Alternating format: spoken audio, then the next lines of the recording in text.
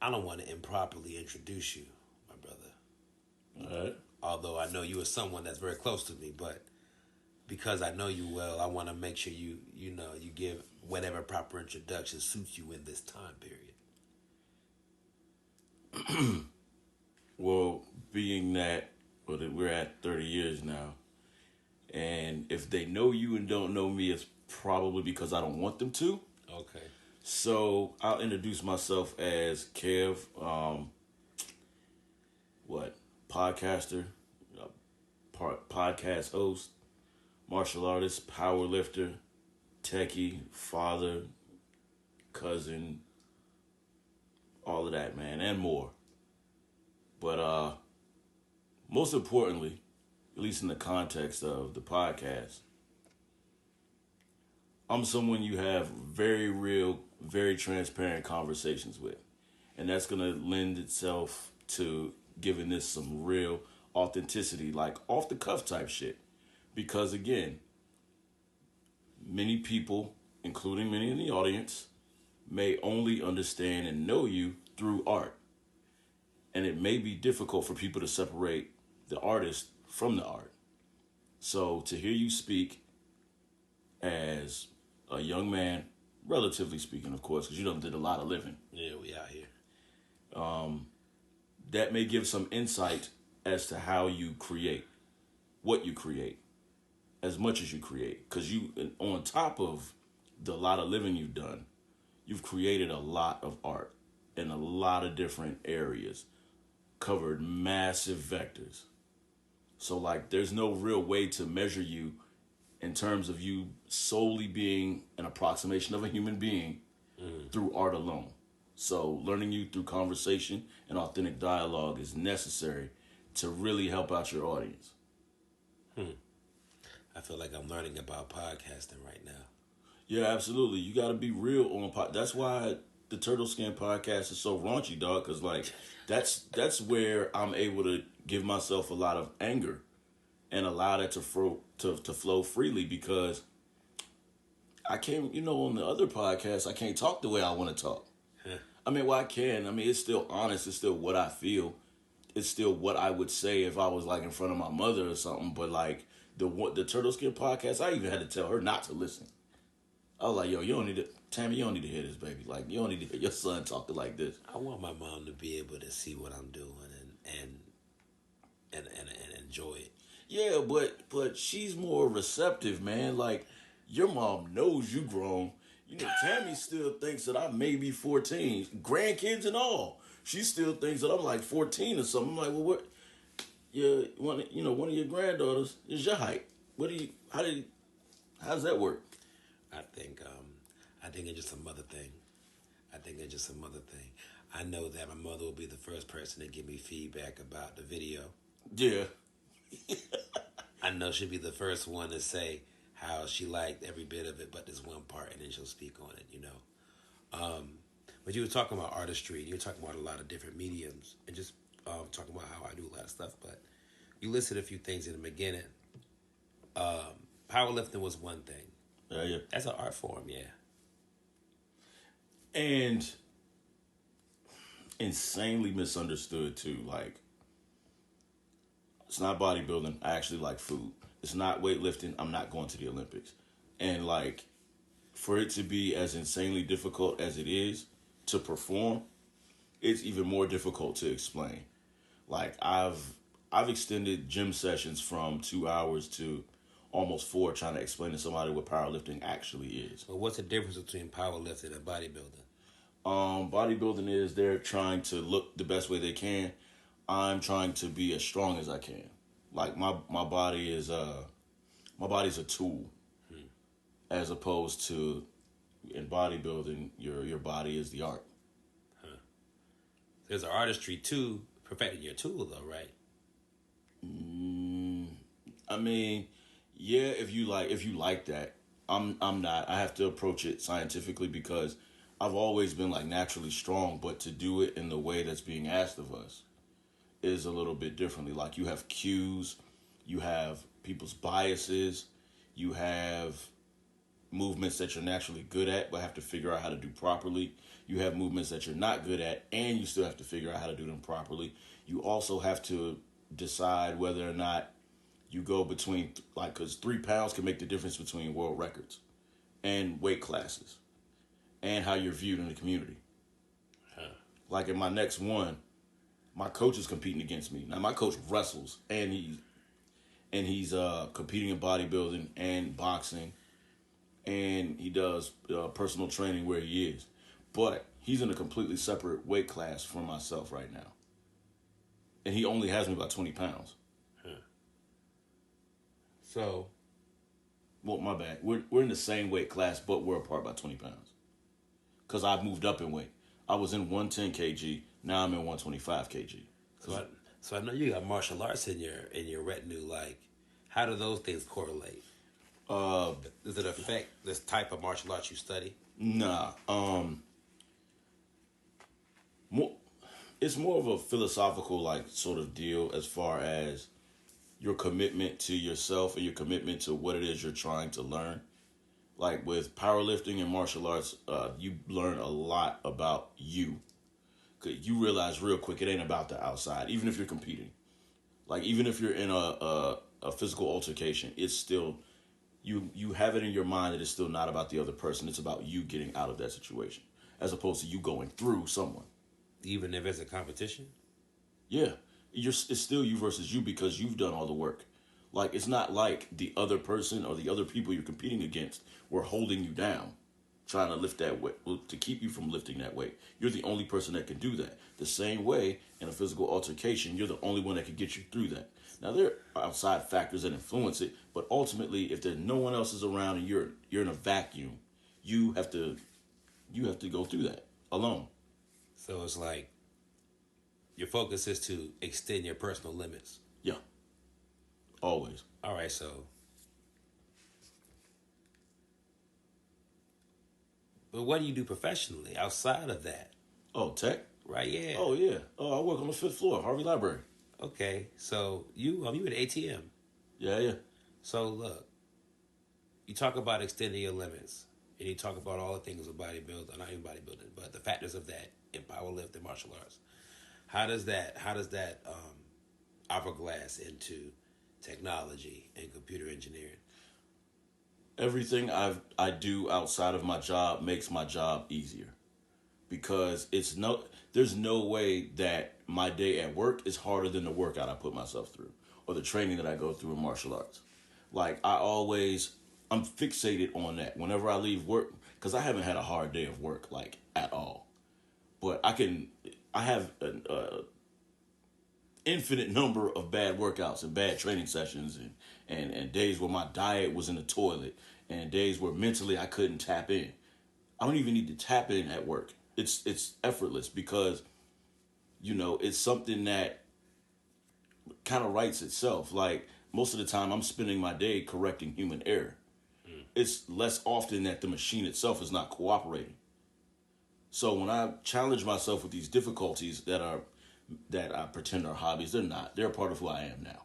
So with the difficulties I face in those, I'm able to really keep myself on my square 99% of the time, because I know everything else I do for fun is infinitely more difficult. Like, it's never, to me, what I do isn't about what I do, it's about why I'm doing it. And that makes it a whole lot easier to do whatever I need to do to pay whatever bills I have. Because, I could do tech for free, but I wouldn't. So it's still a job, regardless of my interest and my connection to it. Just like, for the most part, powerlifting's for free. Well, I'm paying for that, actually. And then martial arts is you paying for it. And the things I'm paying for are harder on me mentally, physically, psychologically than what I do for a paycheck. And I set my life up like that on purpose. I think about music like when I'm practicing. I practice every day. And it's like, because I was going to ask you, how do you tap into the consistency? But I'm like, you've probably been doing it for so long now. It's like, that's more life than wondering what life is. Yeah. You remember when we read about it? Flow state? Yeah. Now, flow state isn't isolated to, a head-on task. You have to apply it to your entire world. So I carry the flow state, and it's, as you said, like, I maintain the consistency because I just do it. That's it. Like, there's no, I wish it was some secret to it, but like one day I woke up and I realized I'm like, yo, I just do this. Has it been an inspiration to the people outside of you, besides myself? Has it been an inspiration? Has it affected your world, your personal life? If it has, not many people have said so. Like, I see people operate a little bit differently based on their proximity to me. But, like, I don't know if that's me or whether or not something clicked for them. Because, I mean, my words could be way more powerful than any of the actions that you see. Because, again, most people don't understand what it is that I'm doing anyway. I'll explain 15 times how to re-image a machine. They're still not going to get it. But if I tell you, yo, sometimes you need to wipe your slate clean, forgive yourself, and move forward, they can learn and grow from that. But aside from these particular types of conversations, you're not getting much words out of me. I feel like when we have these kind of conversations, if done properly, the things that we want people to understand, I feel like that could be taken care of. That's exactly why it was so important that you did this one. So when you talked to me and was like, yo, I'm feeling this idea, like, hell yeah, do it. Absolutely do it. Because I imagine that not many people know you beyond Zach the artist. Like, people look crazy when I say rhyme. For whatever reason, I don't know why, it's a befitting name. Mm-hmm. And they don't understand that I'm calling you that. Mm-hmm. An artist. Mm-hmm. A musician. I'm calling a musician rhyme, and there's still a look of bewilderment most of the time. That should tell you that this is a task that you need to undertake. Because people need to know and learn you. To truly be understood, you can't just let the things you make, the things you create, speak for you and be the sole identifier for who it is that you actually are. Yeah, but I also think that it works like I'm participating in a greater conversation by capturing the conversation. Even if it's me not having anything to say, is something. It's because a lot of us, like, you have a podcast, but you're also involved in Spectacular Inc.'s podcast as well. Yo. And now this one, now, I'm just observing and learning as I see people who are using opportunities to add their opinion to the dialogue. And I know that starting this level of consistency with something like this creates a vehicle for the dialogues to be had, because if the only thing I have to say today is, are we here, are we doing this? This is what we're doing. And that's the conversation. That conversation was the butt end of the video being put together, the stage being set, people that came together to make it happen, including yourself, ChaVonne, Shallah, even Tony with getting the gimbal and stuff, to seeing it to come to life. And so it's like kind of just forgiving myself that I'm just like, more being present for future ones when I'm like, hey, yo, this go round, I really got something to say. Right. Or as an individual that I really got something to say too. And that was the first time I had a dialogue with them, because I learned a lot about powerlifting, about how you look at it. Mm-hmm. I learned about martial arts just now. I learned about technology. I think I showed you I've been working on game development. Yeah, it's on my phone. Yeah, I'm trying to. I've been working. I have like a couple prototypes. Mm-hmm. Internet's off right now, but once I get that back going, I'm trying to work the assets so I can do some more projects. because I want people to see that game dev is something that everyone can do, and coding is a language that is really controlling a lot of the business dialogue and just entertainment, leisure, and professional, in the world right now.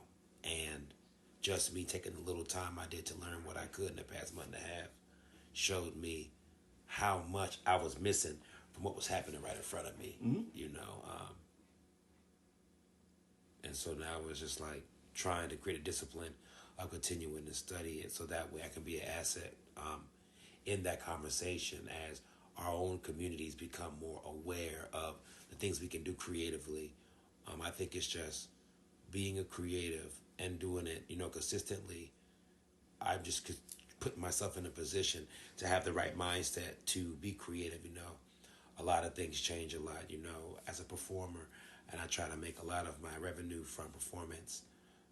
These days, shows aren't always coming as promised, and things change a lot, and you kind of got to take it on the shoulder. But I have to be motivated to find ways to still express, even though resources may find themselves in disadvantaged state, or opportunities are inconsistent.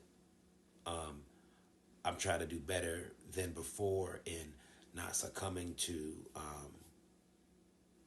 not giving in to defeat or giving into the difficulty of the situation or the futility of it. When I look around, I realize, like you said, like we're 34 now, like you're 35 tomorrow.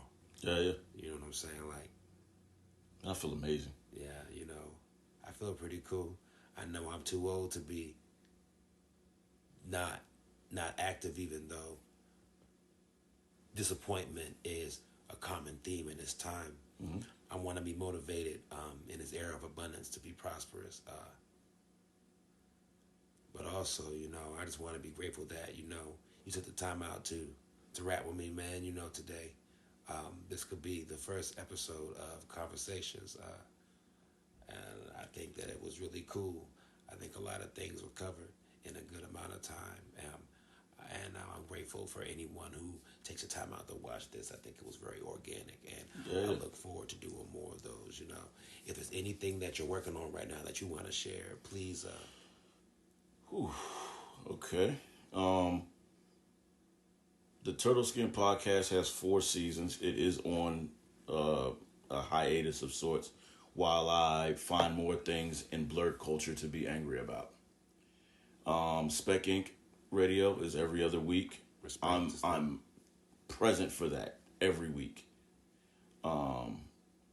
My powerlifting competition is not until June 10th, and I'm not worried about anyone else other than my coach, because he's a major part of the reason why I'm able to medal at all. He took everything that I had and took it, to a level that I could have gotten to, but I wouldn't have gotten to it as quickly. Everything that Spec Inc. has going on, because I do dramatic podcasts for them, I'm on the podcast for them. A character has been made in my likeness by the name of Blue Smoke, and I'm also the character Nightfall Reaper, who's essentially the first of the fallen angels. So I'm a pretty powerful character in the scope of that universe. I'm Mephisto who can fight. That's pretty popular. So that's pretty popular. Yeah. And I'm actually gearing up to get a different job at HU. I contributing to what you were saying about coding. I want to actually be a data analyst for them. Because I have the Google Data Analytics professional cert thing. So, and I did that in a matter of weeks. When you're driven, you go do that shit, dog. Like that's how I get down. The first Google one, the IT Support Pro, that took like 6 weeks because it was all brand new information. But yeah, so more certs, projects, keeping my mind on my own personal evolution. Even though everything I'm going to be, I already am. and I've always been. I want to see the full picture of that. And the only way I can do that is by throwing myself into everything that calls out to me with full conviction. Even if everything isn't equally yoked, like, you know what I'm saying? Like, it doesn't take nearly as much effort to do a podcast, for me anyway, because I can talk in this sort of environment. Now, you have me with 10 people around and shit, I'm not doing it. But 30 years, it's easy. Mm-hmm. So, I don't really have anything else I'm interested in right now, but trust and believe, yourself and the internet will know if something new jump off. Well, I hope the internet gets a hold and pays attention. I'm definitely going to tag you in the post when we put it up there. This is the part where I'm going to make sure some music plays here when I edit this. Yeah. And I'm grateful for everybody that came to see, and we're going to let it just go ahead and roll from here. Now, this is the part.